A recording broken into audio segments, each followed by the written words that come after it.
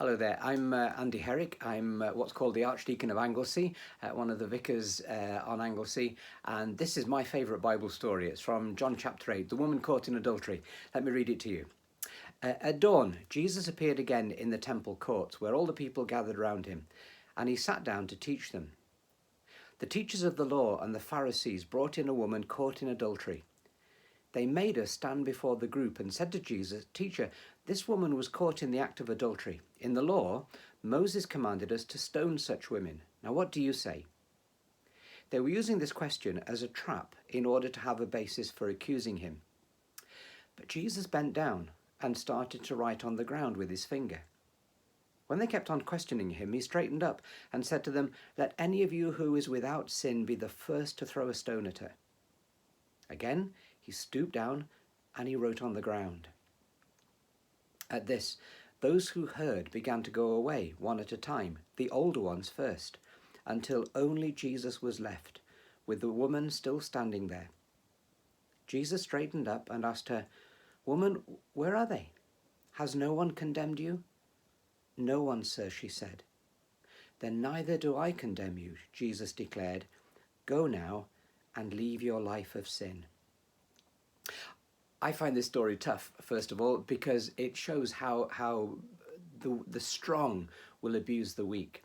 The powerful will abuse those who are weaker than them. You've got religious men who take this woman who's been caught in the act of adultery, drag her in just to use her as a trap for Jesus. They've no concern for her, not interested in her at all. It's just a trap. And here's an interesting thing, isn't it? As the prophet said, it takes two to tango. This woman was caught in adultery. Where's the man? He's been allowed to go free. They just want this woman in order to trap Jesus. It exposes some of the awful things about the way we can so easily put down and abuse and ruin other people's lives. But I love this story because of the way Jesus, first of all, infuriates these religious leaders. Notice they come in, they stand in front of Jesus. He's sat down teaching, and instead of looking them in the eye, which I would do, if someone came and confronted me, I'd want to stand up, stare them in the eye and give back as good as I got. They put this question to Jesus, and all he does is look down and doodle on the ground.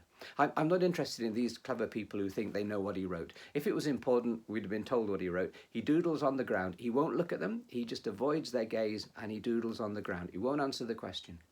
And they keep on at him. They keep saying, we want an answer. We've asked you a perfectly good question. This woman has been caught in adultery.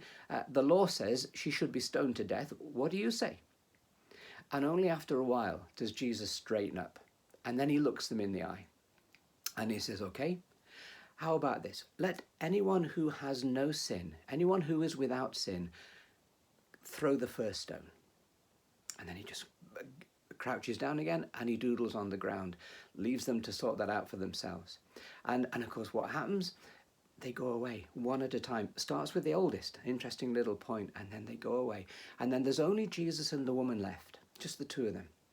And for the first time, Jesus straightens up and looks at the woman. I just love the way he hasn't embarrassed her. He hasn't increased her shame. He hasn't made her scared by confronting the religious leaders. He's just avoided her gaze.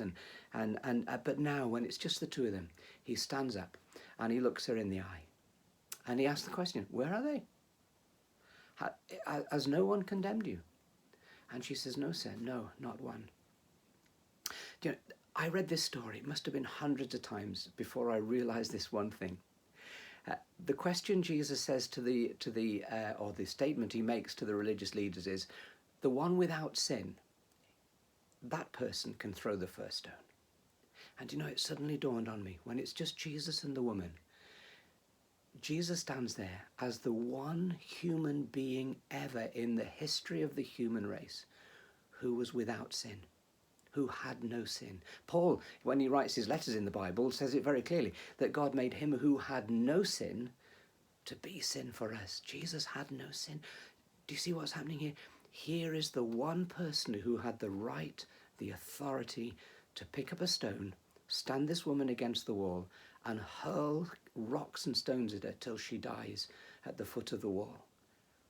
Jesus doesn't mention any of that to the woman. He doesn't make a big thing of it. He just says, "Neither do I condemn you. Go and sin no more. Go and leave your life of sin. There's a bit of a sting in the tail there, isn't there? Because that's a huge challenge, to go and not sin anymore. Go and leave your life of sin. I know that I can't do that. And that's why, in a sense, this story, I have to reenact this story for myself every single day.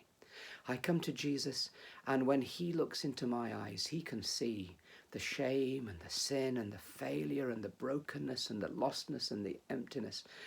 And he looks into that, and he has no desire to crush or destroy or to condemn. He just looks into our eyes with grace and compassion. And he says, every day, without fail, every day, I don't condemn you, but go and get your life sorted out. Put your life straight. Go and sin no more.